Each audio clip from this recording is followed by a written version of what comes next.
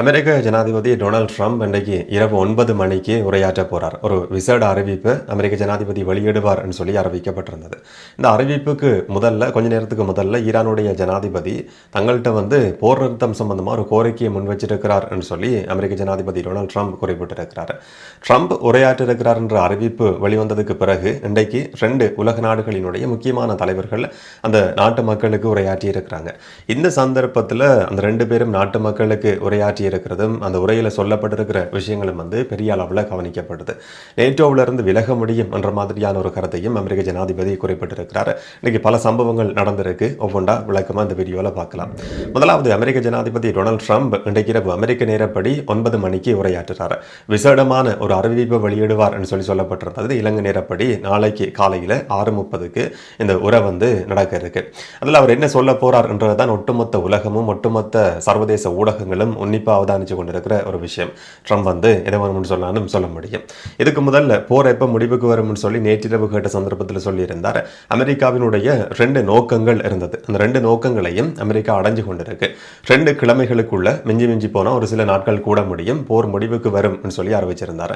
முதலாவது, ஈரானுக்குள்ள ஒரு ஆட்சி மாற்றத்தை கொண்டு வர்றதுக்கு அமெரிக்கா எதிர்பார்த்திருந்தது.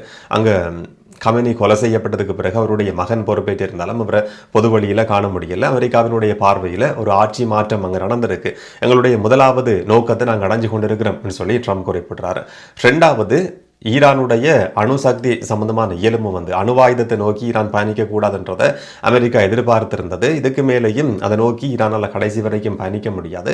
முற்றுமுழுதா ஈரானை நாங்கள் அழிச்சிருக்கிறோம், இனி அணுவாயுதம் சொல்லி கனவு கூட காண முடியாது. அதனால அமெரிக்கா போற முடிவுக்கு கொண்டு வரும், 2 கிழமைகளுக்குள்ள முடிவுக்கு வரும், ஒட்டுமொத்தமா எல்லாம் கடைசியா ஒரு தாக்குதலை நடத்த வேண்டி இருக்கு என்ற மாதிரி அமெரிக்க ஜனாதிபதி குறிப்பிட்டிருந்தார். ஈரானுடைய புதிய நிர்வாகத்தினுடைய ஜனாதிபதி அமெரிக்காட்ட கோரிக்கையை முன் வச்சிருக்கிறாராம், ஒரு போர் நிறுத்தம் சம்பந்தமா. ஹோர்முஸ் நீரிணை திறக்கப்படும் இருந்தால் மட்டும்தான் போர் நிறுத்தம் என்றதை பற்றி யோசிக்க முடியும். இப்போதைக்கு அதை பற்றி கதைக்க முடியாது என்ற மாதிரி ட்ரம்ப் குறிப்பிட்டிருந்தார். நேற்று சொன்னார், ஹோர்முஸ் நீரிணை சம்பந்தமா அமெரிக்காவுக்கு எந்த விதமான கரிசனையும் கிடையாது. மேற்குலக நாடுகள், ஐரோப்பிய நாடுகளுக்கு எரிபொருள் தேவையா இருந்தால் ஹோர்முஸ் நீரிணைக்கு நீங்களே போய் பெற்றுக் கொள்ளுங்க, ஹோர்முஸ் நீரிணையை நாங்கள் பயன்படுத்துறது கூட கிடையாது என்ற மாதிரி நேற்று குறிப்பிட்டிருந்தார்.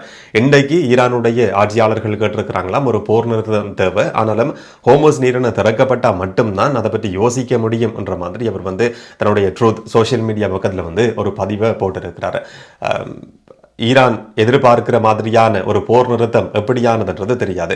என்னன்னு சொன்னா, ஈரானுடைய தரப்பை பொறுத்த வரைக்கும் இப்ப அமெரிக்காவுக்கு எதிரான போராட்டம் கிட்டத்தட்ட 6 மாதங்களுக்கு நாங்கள் தயாராக இருக்கிறோம். 6 மாதங்களுக்கு இந்த போர் நடிச்சாலும் எங்களால் தயாராக இருக்க முடியும், அதை எதிர்கொள்றதுக்கான திட்டங்கள் இருக்குன்னு சொல்லி ஈரானுடைய வெளிவிவகார அமைச்சர் நேற்றைய நாளிலையும் குறிப்பிட்டிருந்தார்.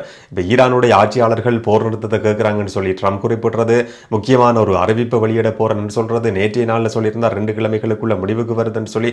இந்த மாதிரி இன்றைய நாளில் நேற்றைய நாளிலையும் மாறுபட்ட கருத்துக்களை இதுக்கு முதல்ல மாதிரி அமெரிக்க ஜனாதிபதி டொனால்ட் ட்ரம்ப் சொல்லிக் கொண்டிருக்கிறதையும் பார்க்க முடியுது. இன்னொரு பக்கம் பிரிட்டனுடைய 2 ஊடகங்களுக்கு, டெலிகிராஃபுக்கும் ராய்டர்ஸுக்கும் அமெரிக்க ஜனாதிபதி டொனால்ட் ட்ரம்ப் சொல்லியிருக்கிற இன்னொரு முக்கியமான விஷயம் இருக்கு. நேட்டோவிலிருந்து 32 நாடுகள் இருக்கிற நேட்டோ அமைப்பிலிருந்து ரஷ்யா, சீனா இந்த மாதிரியான நாடுகளுக்கு எதிராக கிட்டத்தட்ட செயற்பட்டு கொண்டிருக்கிற நேட்டோவிலிருந்து அமெரிக்கா விலக முடியும், அது சம்பந்தமா ஆழமா நாங்கள் யோசிக்கிறதுக்கு ஆரம்பிச்சிருக்கிறோம் சொல்லி ட்ரம்ப் குறிப்பிட்டிருக்கிறார். இதுக்கு முதல்லையும் நேட்டோவில இருந்து விலகிறது சம்பந்தமா ஒரு சில கருத்துக்களை சொல்லியிருந்தார். நாங்கள் அதை பற்றி கதைச்சிருந்தோம். இப்ப இன்றைக்கு 2 முக்கியமான ஊடக நிறுவனங்களுக்கு குறிப்பிட்டிருக்கிறார். அதுக்கான காலம் வந்திருக்கு. அதை பற்றி தீவிரமா நாங்கள் ஆலோசனைகளை நடத்தி கொண்டிருக்கிறோம். நேட்டோவில இருந்து விலக முடியும் என்றது சம்பந்தமான ஒரு யோசனை நடத்தப்படுது, அதை பற்றி பேச்சுவார்த்தைகள் நடத்தப்படுது என்று சொல்லி அமெரிக்க ஜனாதிபதி டொனால்ட் ட்ரம்ப் குறிப்பிட்டிருக்கிறார். இப்ப ட்ரம்ப் எதை வேணும்னு சொன்னாலும், எப்படியான தீர்மானத்தை வேணும்னு சொன்னாலும் எடுக்கக்கூடிய ஒரு நபர். அவருடைய இன்றைய அறிவிப்பு போர் நிறுத்தம் சம்பந்தமானதா இருக்குமா, இல்லாட்டி அமெரிக்க படைகள், தரைப்படைகள் களமிறக்கப்படுறது சம்பந்தமா இருக்குமா, இல்லாட்டி காக் தீவு மாதிரியான ஈரானுக்கு சொந்தமான சில தீவுகள் கைப்பற்றதை பற்றி ஏதாவது ஒரு அறிவிப்பு வெளியிட போறாரா, இல்லாட்டி நேட்டோவிலிருந்து அமெரிக்கா விலக போகுது என்றது சம்பந்தமான ஒரு அறிவிப்பா இருக்குமா என்றதுதான் ஒட்டுமொத்த உலகமும் இன்றைக்கு அவதானிச்சு கொண்டிருக்கிற ஒரு விஷயம். ட்ரம்ப் எப்படி உரையாற்ற போறார், என்ன விஷயங்களை சொல்ல போறார்ன்றது தெரியாது. இந்த மாதிரி பாரதூரமான சாதகமான ஏதாவது விஷயங்களை பற்றி உரையாற்றலாம். சில நேரங்களில் உப்புச்சப்பு இல்லாத எதுவுமே இல்லாத ஒரு சில கருத்துக்களையும் இதுக்கு முதல்ல சொன்ன கருத்துக்களோட முரண்பட்ட கருத்துக்களையும் சொல்றதுக்கும் சாத்தியம் இருக்கு. என்ன சொல்ல போறாருன்றதை பொறுத்திருந்து பார்க்கலாம். இலங்கை நேரப்படி நாளைக்கு காலையில 6:30 வரைக்கும் நாங்கள் காத்திருக்க வேண்டியிருக்கு. அமெரிக்க ஜனாதிபதி உரையாற்ற இருக்கிறார் சொல்லப்படுற பின்புலத்தில் அவர் எதை சொல்லுவார் சொல்லி கணிக்க முடியாமல் இருக்கிற ஒரு பின்புலத்தில் 2 நாடுகளினுடைய தலைவர்கள் அந்தந்த நாட்டு மக்களுக்கு உரையாற்றி இருக்கிறாங்க. ஆஸ்திரேலிய பிரதமர் அந்தனி அல்பனீஸ் இன்னைக்கு உரையாற்றி இருக்கிறார். எதிர்வர போற காலகட்டம் ஒரு சில மாதங்கள் கடினமான காலகட்டமா இருக்கும். எரிபொருளை முடிஞ்ச வரைக்கும் சேமிச்சு கொள்ளுங்க, பொது போக்குவரத்தை பயன்படுத்துங்க என்ற மாதிரி பொதுமக்களுக்கு ஒரு வேண்டுகோள் விடுத்திருக்கிறார். இந்த போர் நாங்க ஆரம்பிச்சு வச்ச போர் கிடையாது. அந்த போரால எங்களுக்கும் பாதிப்புகள் ஏற்பட்டிருக்கு, நெருக்கடிகளை நாங்கள் சந்திக்கிறதுக்கு ஆரம்பிச்சிருக்கிறோம். எதிர்காலத்திலேயும் இறுக்கமான நடைமுறைகள் இருக்கும், கடுமையான காலகட்டமாக இருக்கும் என்ற மாதிரி ஆஸ்திரேலிய பிரைம் மினிஸ்டர் இன்றைக்கு உரையாற்றி இருக்கிறார். இது நேரம் யூகே பிரதமர் கியர் ஸ்டாமரும் இன்றைக்கு பொதுமக்களுக்கு உரையாற்றி இருக்கிறார். அதுலேயும் அவர் சொல்லியிருந்ததும் அதுதான், பேச்சுவார்த்தைகள் மூலமா அந்த பிரச்சனைக்கு தீர்வு காணப்படணும், ஹோமோஸ் நீரிணம் திறக்கப்படுறது சம்பந்தமா ஒரு சர்வதேச மாநாட்டை யூகே நடத்துறதுக்கு முன் வந்திருக்கு சொல்லியும் அவர் குறிப்பிட்டிருந்தார். இந்த போரால பிரித்தானிய மக்களும் பாதிக்கப்பட்டிருக்கிறாங்க. இந்த பாதிப்பு எதிர்வரும் நாட்கள்லையும் உணரக்கூடிய மாதிரி இருக்கும். ஆனா அழுத்தம் விடுத்து பிரித்தானியாவை கடைசி வரைக்கும் அடிபணிய வைக்க முடியாது. இந்த போர்ல கடைசி வரைக்கும் யூகே கலந்து கொள்ள போறது கிடையாது என்றதை இன்னைக்கு தெளிவாக அறிவிச்சிருக்கிறார். அந்த இடத்துல கேட்கப்பட்டிருந்தது, நேட்டோவில இருந்து அமெரிக்கா விலகும் என்ற மாதிரி ட்ரம்ப் அறிவிச்சிருக்கிறார். இது எப்படி பாக்குறீங்கன்னு சொல்லி இப்ப கியர் ஸ்டாமர் சொல்லி இருந்தார், எங்களுடைய தீர்மானம் நாட்டு மக்கள் சம்பந்தமா யோசிச்சு, நாடு சம்பந்தமா யோசிச்சு தான் எங்களுடைய தீர்மானங்கள் இருக்கும். மற்ற விஷயங்கள் பற்றி நோய்ஸ் சம்பந்தமா, சத்தங்கள் சம்பந்தமா எங்களுக்கு பெருசையா கரைசன கிடையாது என்ற மாதிரி கியர் ஸ்டாமர் இன்னைக்கு உரையாற்றும் போது குறிப்பிட்டிருந்தார். இந்த மாதிரி உலக தலைவர்கள் உரையாற்றி இருக்கிறது, 2 முக்கியமான நாடுகளினுடைய தலைவர்கள் இந்த காலகட்டத்தில் இன்றைக்கு உரையாற்றி இருக்கிறத பார்க்குற நேரத்திலையும், ட்ரம்பினுடைய அறிவிப்பு வெளிவர இருக்கு சொல்றதை பார்க்குற நேரத்திலையும் கொஞ்சம் ஏதோ ஒரு சில விஷயங்களை பற்றி யோசிக்க வேண்டியிருக்கு. என்ன நடக்கும்ன்றதை நாங்கள் பொறுத்திருந்து பார்க்கலாம். ஊகங்கள் இல்லாட்டி பயமுறுத்துற மாதிரியான கருத்துக்களை சொல்றது என்னுடைய நோக்கம் கிடையாது. ட்ரம்ப் உரையாற்ற இருக்கிற பின்புலத்தில் இந்த மாதிரி 2 முக்கியமான நாடுகளினுடைய தலைவர்கள் நாட்டு மக்களுக்கு எதிர்வர போற நாட்கள் கடினமா இருக்கும் சொல்றதை பார்க்குற நேரத்தில் வேறு சில விஷயங்கள் சம்பந்தமா யோசிக்க வேண்டியிருக்கு. அப்படியா இருந்தாலும் நாங்கள் பொறுத்திருந்து பார்க்கலாம் என்ன நடக்க போகுதுன்றதை. இந்த நேரம் இந்த போர் முடிவுக்கு வருமா இருந்தா அந்த போர்ல அமெரிக்க ஜனாதிபதி டொனால்ட் ட்ரம்ப் தோல்வி அடைஞ்சார் என்ற மாதிரி, இப்பவே அவர் தோல்வி நிலையில் இருக்கிறார் என்ற மாதிரி அமெரிக்க ஊடகங்கள் வரைக்கும் சொல்லிக் கொண்டிருக்கு.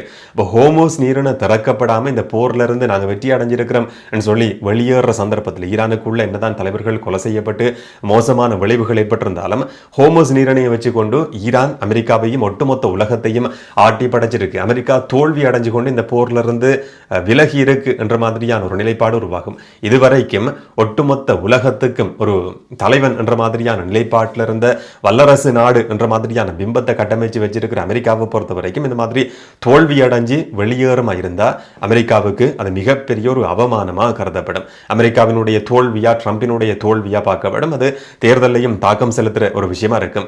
இந்த மோதல்ல போர் முடிவுக்கு வந்தாலும் நடந்து கொண்டிருந்தாலும் வெற்றி அடைஞ்சிருக்கிற தரப்புகள் சொல்லி பார்க்குற நேரத்தில் இஸ்ரேலுக்குள்ள என்னதான் தாக்குதல் நடத்தப்பட்டாலும் இஸ்ரேலினுடைய பெரும்பாலான நோக்கங்கள் அடையப்பட்டிருக்கு. அமெரிக்காவை இந்த போருக்குள்ள கொண்டு வந்திருக்கிறது. ஈரானுக்குள்ள இருந்த முக்கியமான தளபதிகள் தலைவர்கள் கொலை செய்யப்பட்டிருக்கிறது. அங்கிருந்த உட்கட்டமைப்புகள் மேல மோசமான தாக்குதல்கள் நடத்தப்பட்டிருக்கிறது. அந்த கட்டமைப்புகளை திரும்ப வளம நிலைமைக்கு கொண்டு வர்றதுக்கு இன்னும் பல வருஷங்கள் தேவைப்படும். இன்னும் சொல்ல போனா சில தசாப்தங்கள் கூட தேவைப்பட முடியும். அப்படி பார்க்குற நேரத்தில் இஸ்ரேலினுடைய ஒரு சில நோக்கங்கள் இதுல நிறைவேறி இருக்கு. இஸ்ரேலுக்கு ஒரு விதமான வெற்றி என்று சொல்லியும் பார்க்க முடியும். ஈரானுக்கும் ஒரு விதமான வெற்றி என்று சொன்னா இந்த அளவுக்கு மோசமான விளைவை சந்திச்சும் எத்தனையோ தலைவர்கள் அதி உயர் தலைவர் வரைக்கும் கொலை செய்யப்பட்டு தளபதிகள் கொலை செய்யப்பட்டதுக்கு பிறகும் ஒரு தீவை வச்சு கொண்டு ஒரு ஹோமோஸ் நீரிணையை வச்சு கொண்டு கட்டுப்படுத்தி உலக நாடுகளுக்கு இந்த மாதிரி அமெரிக்கா உட்பட வல்லரசு நாடுகளையே ஓட விட்டுருக்கு சொல்லி ஈரானுக்கும் இது ஒரு விதமான வெற்றியா இருக்க முடியும். இதுல தோல்வி அடைஞ்சிருக்கிற 2 தரப்புகள் சொல்லி பார்க்கறதா இருந்தா, ஒன்று அமெரிக்கா ஹோமோஸ் நீரிணையை திறக்க முடியாம இந்த போர் முடிவுக்கு வருமா இருந்தா அமெரிக்காவுக்கு மிகப்பெரிய தோல்வி என்ற அடிப்படையில் எல்லா ஊடகங்களும் பொதுமக்களும் பேசுறதுக்கு ஆரம்பிப்பாங்க. இன்னும் ஒன்று அரபுலக நாடுகள், ஈரானுக்கு எதிரான நாடுகள், Qatar, Saudi Arabia, Bahrain, Kuwait இந்த மாதிரியான நாடுகளுக்கு இடையிலையும் பெருசா ஒரு நல்ல உறவு கிடையாது. அப்ப இந்த மாதிரி அமெரிக்கா பின்வாங்குமா இருந்தா அதுல ஈரான்ல தோல்வி அடைகிற தரப்புன்னு சொன்னா இந்த மாதிரியான அரபுலக நாடுகள் இல்லாட்டி வளைகுடா நாடுகள் இந்த போரோட சம்பந்தப்பட்டிருக்கிற ஈரான் தாக்குதல் நடத்தி கொண்டிருக்கிற கட்டார், சவுதி, குவைத் மாதிரியான நாடுகளுக்கும் ஒரு விதமான தோல்வியா அது சில நேரங்களில் பார்க்கப்படலாம். இதனால தான் ஐக்கிய அரபு அமீரகம் அமெரிக்காட்ட ஒரு கோரிக்கையை முன் வச்சிருக்கிறது. அன்றைக்கு அமெரிக்காவினுடைய ஒரு ஊடகம் செய்தி வெளியிட்டிருந்தது. இந்த போர் முடிவுக்கு வரக்கூடாது, தொடர்ச்சியா நடத்தப்படணும். அது மட்டும் கிடையாது, இந்த போர்ல நாங்க கலந்து கொள்றதுக்கு தயாரா இருக்கிறோம். ஹோமோஸ் நீரிணையை திறக்கிறதுக்கான ராணுவ நடவடிக்கைக்கு ஐக்கிய அரபு அமீரகம் களமிறங்கிறதுக்கு தயாரா இருக்கு என்ற மாதிரி ஒரு தீர்மானம் எடுக்கப்பட்டிருக்குன்னு சொல்லி அமெரிக்காவினுடைய ஒரு ஊடகம் இன்றைக்கு செய்தி வெளியிட்டிருந்ததையும் பார்க்க முடிஞ்சது. ஆனால் இதை ஐக்கிய அரபு அமீரகத்தினுடைய ஒரு அதிகாரி, பேர் குறிப்பிடப்படாத அதிகாரி நிராகரிச்சிருக்கிறார், பொய்யான செய்தின்னு சொல்லியிருக்கிறாருன்னு சொல்லியும் இன்னும் ஒரு சில ஊடகங்களில் குறிப்பிடப்பட்டிருந்தது. ஆனால் மேற்குலக நாடுகள் ஒரு சில ஊடகங்கள் குறிப்பிட்ட விஷயம் என்னன்னு சொன்னால், ஐக்கிய அரபு அமீரகம் முதலாவது அரபுலக நாடா இந்த போர்ல களமிறங்கிறதுக்கு தயாரா இருக்கு. அது சாத்தியமா என்னன்றது தெரியாது. இதை தவிர ஐக்கிய அரபு அமீரகமும் சொந்தம் கொண்டாடி கொண்டிருக்கிற ஈரான் இதுவரைக்கும் கட்டுப்படுத்தி வச்சிருக்கிற ஹோமோஸ் நீரிணைக்கு பக்கத்தில் இருக்கிற அபு முசா சொல்லப்படுற ஒரு தீவை அமெரிக்கா கைப்பற்றணும் சொல்லி ஐக்கிய அரபு அமீரகம் அமெரிக்காவுக்கு ஒரு ஆலோசனையை சொல்லியிருக்கு என்ற மாதிரியும் அந்த செய்தியில குறிப்பிடப்பட்டிருந்தது. இது நடக்குமா இல்லையான்றதை நாங்கள் பொறுத்திருந்து பார்க்கலாம். இன்றைக்கு ட்ரம்பினுடைய அறிவிப்பு எப்படி இருக்கும் என்றதை பொறுத்து இந்த நாடுகளினுடைய நிலைப்பாடும் சில நேரங்களில் மாற முடியும். ஆனால் ஈரான் தொடர்ச்சியா மத்திய கிழக்கு நாடுகள் மேலேயும் தாக்குதல் நடத்தி கொண்டிருக்கு. இன்றைக்கு குவைத் இன்டர்நேஷனல் ஏர்போர்ட்ல இருக்கிற எண்ணெய் களஞ்சியம் மேல தாக்குதல் நடத்தப்பட்டிருக்கு. இந்த போர் ஆரம்பிக்கப்பட்டதிலிருந்து கிட்டத்தட்ட 9 தடவைகள் குவைத் ஏர்போர்ட் மேல தாக்குதல் நடத்தப்பட்டிருக்குன்னு சொல்லி சர்வதேச ஊடகங்கள் குறிப்பிட்டிருந்தது. இதை தவிர கட்டார் கடற்பரப்புல இருந்த ஒரு கப்பல் மேலேயும் தாக்குதல் நடத்தப்பட்டிருக்கு. ஐக்கிய அரபு அமீரகத்தின் மேல ஃபுஜைராவில் தாக்குதல் நடத்தப்பட்டதுல பங்களாதேஷ் பிரஜை ஒருத்தர் உயிரிழந்திருக்கிறார் சொல்லி அந்த நாட்டு ஊடகங்கள் உறுதிப்படுத்தி இருந்தது. இந்த மாதிரி ஈரானுடைய தாக்குதல்களும் தொடர்ச்சியா நடந்து கொண்டிருக்கு. ஹிஸ்புல்லா இயக்கத்தினுடைய தாக்குதல் நடக்குது. ஏமன் இயக்கம் இன்றைய நாளில் திரும்பவும் தாக்குதல் ஆரம்பிச்சிருந்தது. குறிப்பா போன சனிக்கிழமை 2 மிசைல் தாக்குதல்கள் ஏமன்ல இருந்து ஹூதி இயக்கத்தால இஸ்ரேலுக்குள்ள அனுப்பப்பட்டிருந்தது. அது முறியடிக்கப்பட்டதா அறிவிக்கப்பட்டிருந்தது. இன்றைய நாள்ல திரும்பவும் அதே மாதிரியான ஒரு மிசைல் தாக்குதல் ஏமன்ல இருந்து நடத்தப்பட்டிருக்கு.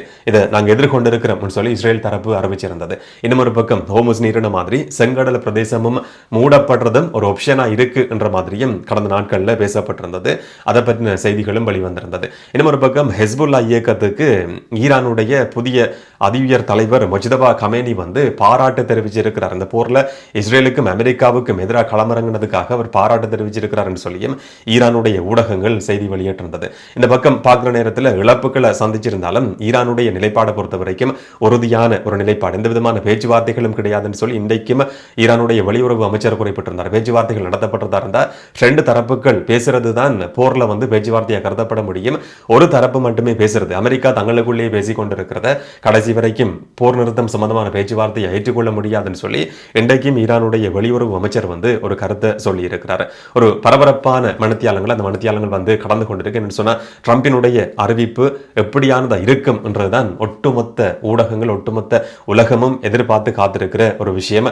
அது சீரியஸான ஒரு விஷயமா இருக்க போகுதா இல்லாட்டி ஒரு நகைச்சுவையான விஷயம் இருக்க போகுதான்றதை நாங்கள் பொறுத்திருந்து பார்க்கலாம். அவர் எப்படியான ஒரு தீர்மானத்துக்கு வருவார்னு சொல்லி நீங்கள் நினைக்கிறீங்கன்றதை முடிஞ்ச கமெண்ட் சொல்லுங்கள். இன்னும் ஒரு வீடியோவில் இன்னும் ஒரு தகவலோட சந்திக்கலாம்.